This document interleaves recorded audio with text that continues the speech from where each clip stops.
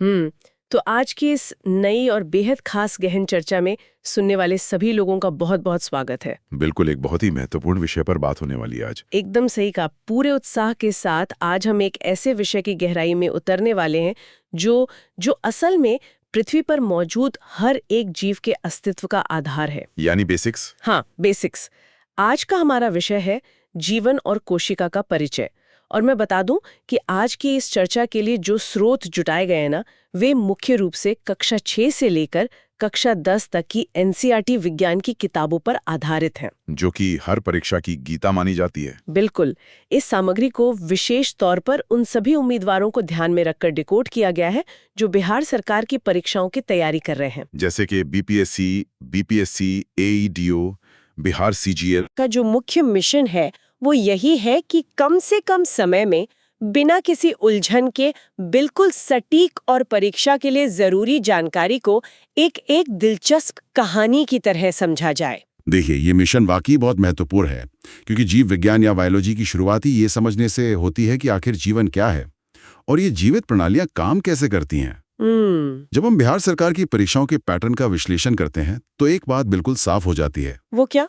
वो ये कि बुनियादी विज्ञान से सीधे सवाल आते हैं, सीधे फैक्ट्स। लेकिन दिक्कत तब होती है जब लोग इन्हें सिर्फ रटने की कोशिश करते हैं। हाँ, रट्टा मारना कभी काम नहीं आता लंबे समय में। बिल्कुल नहीं। जब तक कोई ये नहीं समझता कि कोशिका अंदर से कैसे काम करती है, तब तक आगे के जटिल विषयों को जैसे मानव शरीर रचना या बीमारियों को समझना बहुत मुश्किल हो जाता है। ये विषय पूरी जीव विज्ञान की नींव है और अगर नींव वैचारिक रूप से मजबूत होगी तो परीक्षा में आने वाले किसी भी घुमावदार सवाल का जवाब आसानी से दिया जा सकता है। ये एक बहुत ही व्यावहारिक दृष्टिकोण है। तो चलिए बिना देर किए सबसे बुनियादी सवाल से शुरू करते हैं। बताइए। हम सभी जानते हैं कि एक कुत्ता जीवित है और एक पत्थर निर्जीव है, लेकिन विज्ञान की भाषा में वो कौन सी रेखा है जो जीवित और निर्जीव को अलग करती है? क्या ये सिर्फ सांस लेने या चलने फिरने तक सीमित है? क्या बात है, ये एक बेहतरीन सवाल है। एनसीईआरटी के अनुसार किसी भी जीव को वैज्ञानिक रूप से जीवित तब माना जाता है जब वो 7 प्रमुख विशेषताएं दिखाता है। 7 विशेषताएं? हाँ, इसे एक चेकलिस्ट की तरह देखा जा सकता है। पहली विशेषता है वृद्धि यानी ग्रोथ, समय के साथ आकार और कोशिकाओं की संख्या का बढ़ना। दूसरी है श्वसन, जिसका मतलब सिर्फ सांस लेना नहीं है। तो और क्या है? इसका मतलब है कोशिका के स्तर पर भोजन को तोड़कर ऊर्जा प्राप्त करना। अच्छा, मतलब सेलुलर लेवल पे। बिल्कुल। तीसरी है पोषण, यानी ऊर्जा के लिए भोजन ग्रहण करना। चौथी है गति, जो शरीर के अंदर रक्त के प्रवाह से लेकर बाहर चलने फिरने तक हो सकती है। यानी मूवमेंट। हाँ। पांचवी है उत्सर्जन, जिसका अर्थ है शरीर से जहरीले अपशिष्ट पदार्थों को बाहर निकालना। छठी है प्रजनन, यानी अपने जैसी नई पीढ़ी उत्पन्न करना। और सातवीं सबसे महत्वपूर्ण विशेषता है उत्तेजना के प्रति प्रतिक्रिया। उत्तेजना के प्रति प्रतिक्रिया मतलब अगर कोई गर्म बर्तन को छूता है तो तुरंत हाथ पीछे खींच लेना। सही? एकदम सही उदाहरण है। ये सच में जीवन का एक बहुत बड़ा प्रमाण है। लेकिन जब विज्ञान और परीक्षाओं की बात आती है ना, तो नियम से ज्यादा अपवाद दिलचस्प होते हैं। एक्सेप्शंस। हाँ, स्रोतों में एक बहुत ही अजीबोगरीब चीज का जिक्र है जो जीवित और निर्जीव के बीच की सीमा को बिल्कुल धुंधला कर देती है। यहाँ सबसे आकर्षक बात यह है कि परीक्षा बनाने वालों को ये अपवाद बहुत पसंद है। वायरस, है ना? जी हाँ, हम बात कर रहे हैं वायरस यानी विषाणु की। परीक्षा के दृष्टिकोण से यह एक बहुत ही महत्वपूर्ण ट्रैप है। ये ट्रैप कैसे है, थोड़ा समझाएंगे? अक्सर ऑब्जेक्टिव सवालों में पूछा जाता है कि वो क्या है जो जीवित और निर्जीव दोनों के लक्षण दिखाता है। इसका जवाब वायरस है। इसे ऐसे समझा जा सकता है, जब एक वायरस किसी जीवित शरीर के बाहर, मान लीजिए किसी टेबल पर पड़ा है, तो वह एक धूल के कण की तरह बिल्कुल निर्जीव होता है। वह न श्वसन करता है, न वृद्धि करता है। लेकिन जैसे ही वो शरीर में जाता है, जैसे ही वह किसी इंसान या जानवर की जीवित कोशिका के अंदर प्रवेश करता है, वह उस कोशिका की पूरी मशीनरी को हाईजैक कर लेता है और अचानक से जीवन के लक्षण जैसे प्रजनन करना शुरू कर देता है। बाप रे, ये जीवित और निर्जीव के बीच की एक रहस्यमयी कड़ी है। ये सच में एक बड़ा ट्रैप है। एक निर्जीव कण का अचानक से जीवित हो जाना किसी साइंस फिक्शन फिल्म जैसा लगता है। परीक्षा की तैयारी करने वालों को इस तथ्य को जरूर हाईलाइट कर लेना चाहिए। बिल्कुल। अब अगर हम उन 7 विशेषताओं पर वापस लौटें तो ये सवाल उठता है कि एक विशालकाय हाथी और एक सूक्ष्म बैक्टीरिया दोनों ही खुद को जीवित रखने के लिए इतनी सारी चीजें कैसे कर पाते हैं? इसके लिए हमें जीवन प्रक्रियाओं यानी लाइफ प्रोसेसेस को समझना होगा। Life processes. कक्षा 10 की एनसीईआरटी में स्पष्ट रूप से बताया गया है कि जीवन प्रक्रियाएं वे सभी बुनियादी गतिविधियां हैं जो जीवों को जीवित रखने के लिए एक साथ काम करती हैं। मुख्य रूप से 4 प्रक्रियाएं सबसे अहम हैं। कौन कौन सी? पहला, पोषण, ये शरीर में ईंधन डालने जैसा है।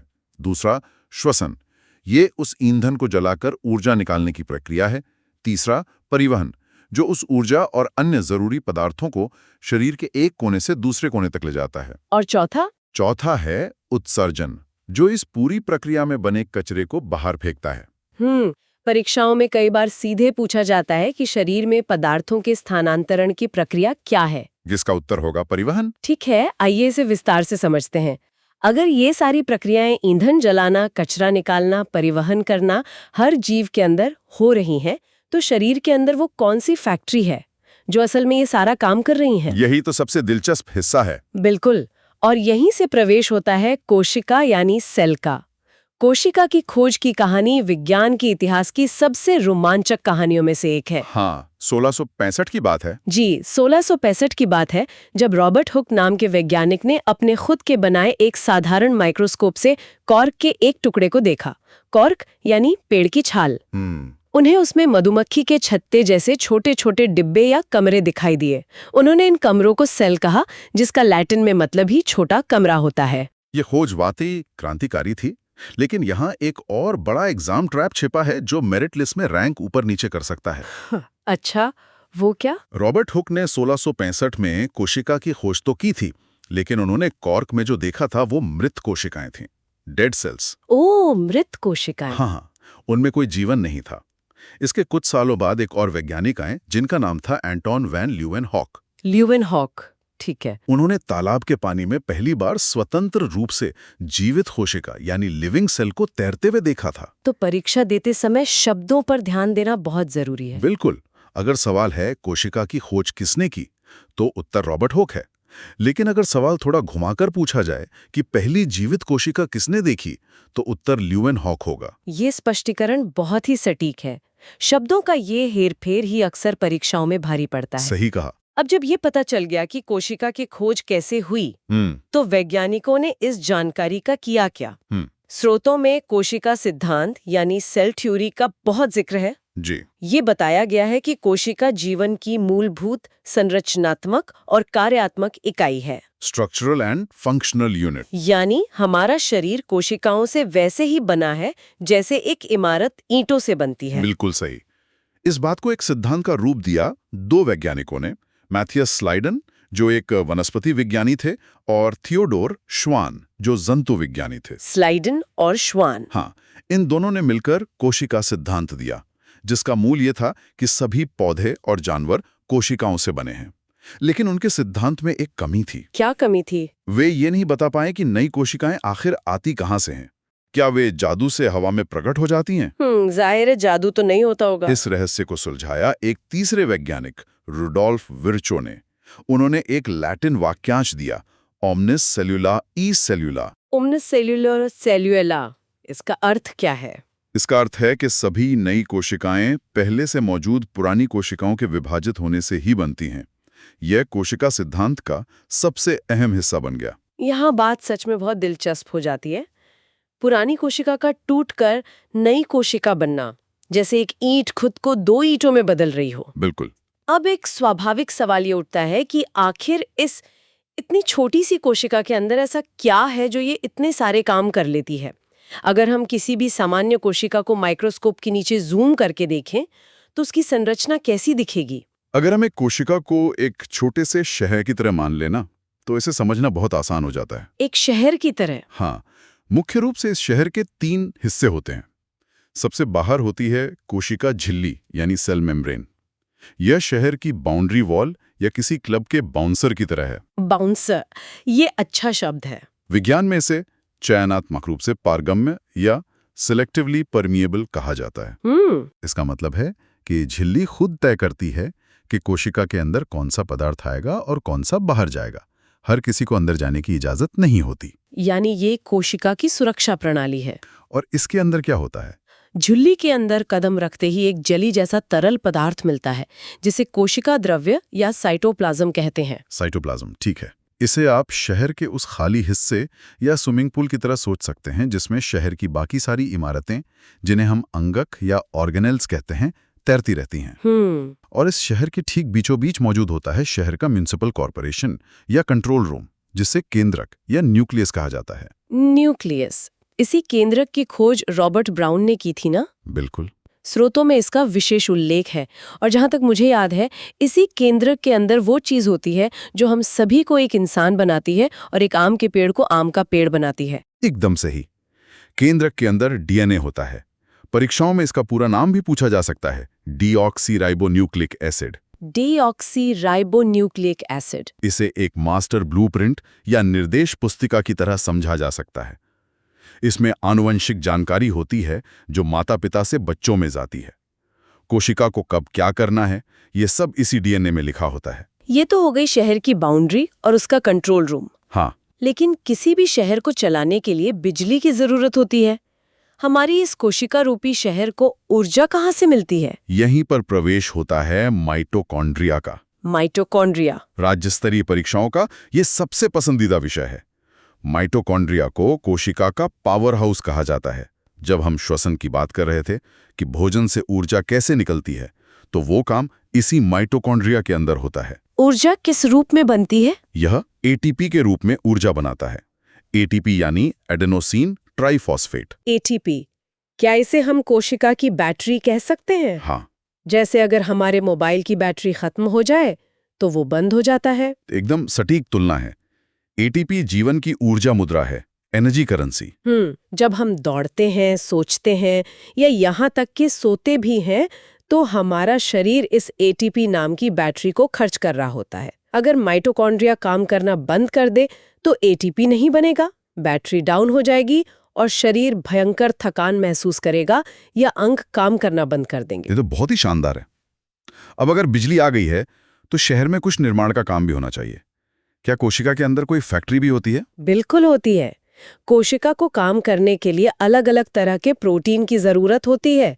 ये प्रोटीन बनाने का काम राइबोसोम करते हैं। राइबोसोम? हाँ, इसीलिए इन्हें कोशिका की प्रोटीन फैक्ट्री कहा जाता है। और क्या क्या है शहर में? इसके अलावा एक पूरे ट्रांसपोर्ट सिस्टम भी है, जिसे एंडोप्लाज्मिक रेटिकुलम या ईआर कहते हैं। ये शहर की सड़कों और हाईवे की तरह है। ये दो तरह का होता है। एक होता है रफ ईआर।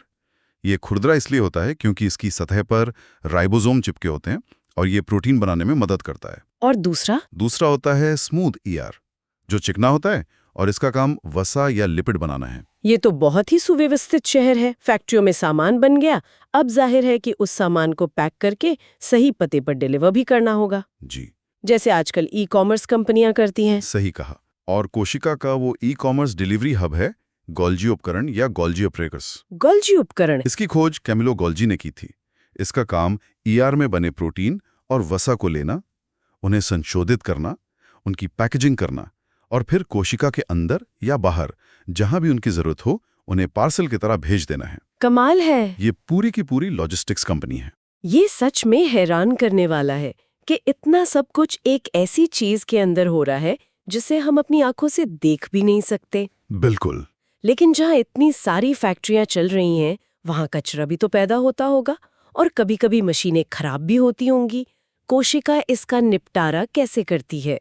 इसके लिए कोशिका के पास एक बहुत ही आक्रामक और खतरनाक कचरा निस्तारण प्रणाली है, जिसे लाइसोसोम कहते हैं। लाइसोसोम? इनमें बहुत ही शक्तिशाली पाचक एंजाइम होते हैं। कोई भी बाहरी बैक्टीरिया आए या कोशिका का अपना कोई अंग काम करना बंद कर दे तो लाइसोसोम उसे पचाकर खत्म कर देता है। आक्रामक क्यों?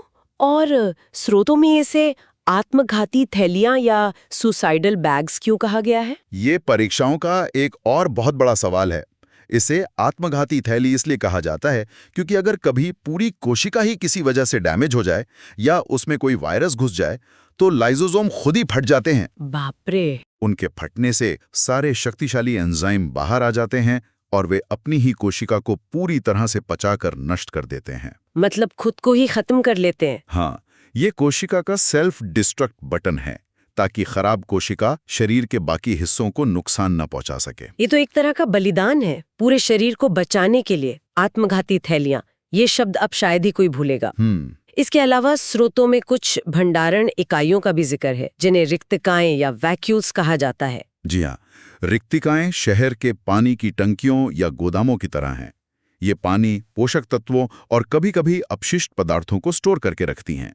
यहाँ एक ध्यान देने वाली बात यह है कि पौधों की कोशिकाओं में ये रिक्तिकाएं आकार में बहुत बड़ी होती हैं। बड़ी होती हैं, क्यों? क्योंकि ये पौधे को एक कठोरता प्रदान करती हैं। तो इस सब का आखिर क्या मतलब है? जब हम जंतुओं की कोशिकाओं और पौधों की कोशिकाओं की तुलना करते हैं, तो क्या केवल इन रिक्तिकाओं का ही अंतर होता है? नहीं, और भी है। परीक्षाओं में अक्सर ऐसे तुलनात्मक सवाल पूछे जाते हैं। यही वो जगह है जहां सबसे ज्यादा स्पष्टता की जरूरत है। परीक्षा बनाने वालों को पादप कोशिका यानी प्लांट सेल और जंतु कोशिका यानी एनिमल सेल के बीच का अंतर पूछना बहुत पसंद है। तो मुख्य अंतर क्या है? इसके 3 मुख्य अंतर हैं। पहला, पादप कोशिकाओं में कोशिका झिल्ली के बाहर एक अतिरिक्त बहुत ही कठोर दीवार होती है, जिसे कोशिका भित्ति या सेल वॉल कहते हैं। जानवरों में ये नहीं होती। ठीक है, सेल वॉल सिर्फ पौधों में। दूसरा अंतर क्लोरोप्लास्ट का है। पादप कोशिकाओं में प्लास्टिड्स पाए जाते हैं। इनमें सबसे मशहूर क्लोरोप्लास्ट है, जिसमें हरे रंग का वर्णक क्लोरोफिल होता है, जिसकी वजह से पत्तियां हरी होती हैं। बिल्कुल। इसी की मदद से पौधे धूप से अपना खाना खुद बनाते हैं, जिसे प्रकाश संश्लेषण कहते हैं। जंतु कोशिकाओं में प्लास्टिड्स नहीं होते। और तीसरा अंतर? का होती है, जबकि जानवरों में ये बहुत छोटी होती है या होती ही नहीं। ये बहुत ही तार्किक है। अगर हम इसके पीछे का कारण सोचें, तो इंसान या जानवर बारिश और तूफान से बचने के लिए भागकर घर में छिप सकते हैं, लेकिन एक पेड़ को उसी मौसम में अपनी जगह पर खड़े रहना पड़ता है। बिल्कुल सही। इसीलिए प्रकृति ने पौधों की कोशिकाओं को एक अतिरिक्त सुरक्षा कवच यानी कोशिका भित्ति दी है, और चूंकि पौधे शिकार नहीं कर सकते, इसलिए उन्हें क्लोरोप्लास्ट दिया ताकि वे अपना भोजन खुद बना सकें। इस तरह से चीजों को जोड़ने पर उन्हें रटने की जरूरत नहीं पड़ती। मैं हमेशा कहता हूं कि विज्ञान रटने का विषय नहीं है, ये तर्कों को समझने का विषय है। एक और महत्वपूर्ण वर्गीकरण है जिसे समझना जरूरी है। कोशिकाओं को उनकी संरचना के आधार पर भी 2 भागों में बांटा गया है, प्रोकैरियोटिक और यूकैरियोटिक।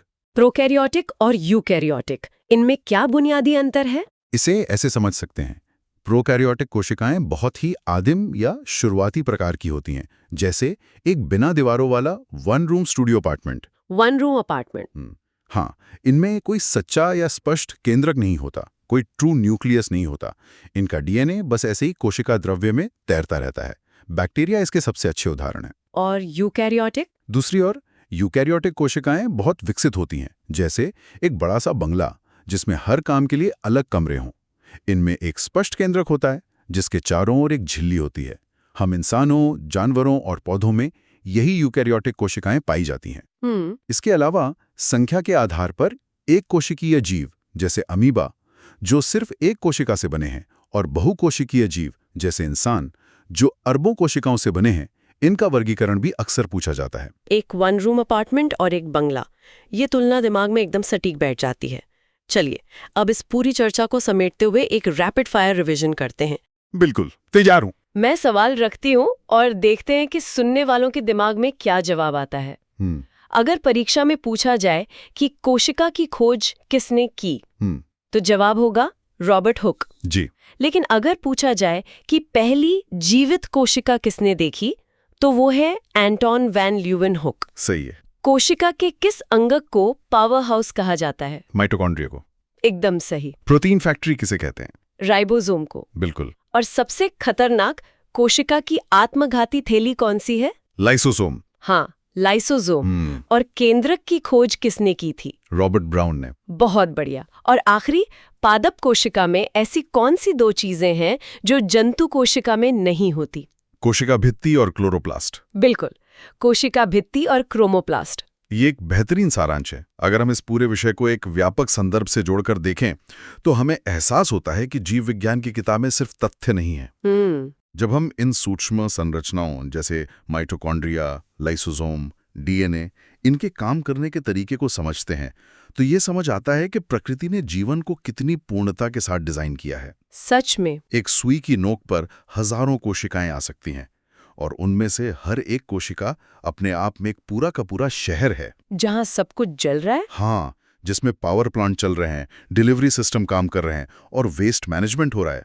हमारे शरीर में हर सेकंड ऐसी खरबों कोशिकाएं एक साथ तालमेल में काम कर रही हैं, तभी हम जीवित हैं और ये सुन पा रहे हैं। ये विचार सच में किसी जादू से कम नहीं लगता। आज की चर्चा से ये स्पष्ट हो गया कि विज्ञान के इन बुनियादी तथ्यों को अगर कहानियों और वास्तविक जीवन के उदाहरणों से जोड़कर समझा जाए तो प्रतियोगी परीक्षाओं के प्रश्न हल करना एक मजेदार चुनौती बन जाता है, न कि कोई बोझ। चर्चा को खत्म करने से पहले मैं सोचने के लिए एक बहुत ही गहरा सवाल छोड़ना चाहूंगा। जी बताइए।